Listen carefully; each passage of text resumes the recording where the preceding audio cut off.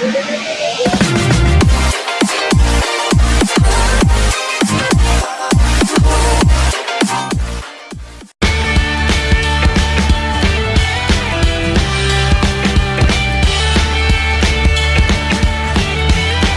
I feel a twinge of guilt every time I see a Civic, thanks to the long-stalled Integra GS-R engine swap project and my garage-clogging 1992 Civic hatchback and resulting self-reproach over unfinishable car projects, I loved the Civic Si of the 1980s so much that I opted to drive the 17 version to my job judging at the 2017 where they lead me to cheat 24 hours of lemons at GingerMan Raceway in South Haven, Michigan.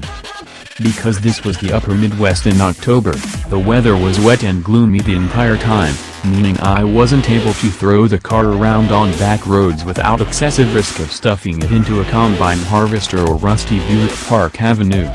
My colleagues opined that it's not quite as racy as the Golf GTI or Focus ST at the limit, and I'll have to defer to them in that department. What we're going to see here is an evaluation of the Civic Si sedan's usefulness as a race organizer ride, that is, how well it hauls equipment to the track, how enjoyable it is for transportation, and how cool a bunch of cynical and hardened racers think it is. Fake brake duct opening on 2017 Honda Civic Si. There's a lot of online wailing and gnashing of teeth over the blatant phoniness of the garish plastic ducts on the front and rear of this car, but the tradition of non-functional scoops, vents, splitters, and faster-than-light speed-rated instrument clusters on affordable sporty cars goes back many decades. I predict that no fewer than a dozen companies will offer wild-looking aftermarket inserts for this stuff on the current Civic Si, allowing owners to convert them to real brake ducts, flamethrowers, laser light show projectors, you name it. The racers weren't terribly impressed by the sight of a genuine, numbers-matching Civic Si. In fact, they tend to be much more interested in minivans, because amateur racers like to put all of their street car eggs in one basket, reserve all their energies and parking spots for track cars, and drive the greatest all-purpose vehicle type you can buy, a minivan.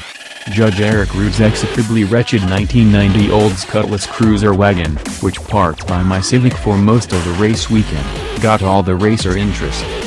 One thing I liked about the Civics of the 1970s through the early 1990s, I have owned at least one example of every Civic for the first 5 generations, was the fluid yet solid feel of the gearshift and clutch mechanisms, and the 17 Civic Si is even better in that department. I found myself running through the gears more than necessary, just to enjoy the sensation. The car's 205 turbocharged horsepower feels like plenty, and the torque is sufficient that you don't need to spin the engine to traditional Honda on the edge of a thrown rod revs to keep up with gardening trucks from a stoplight.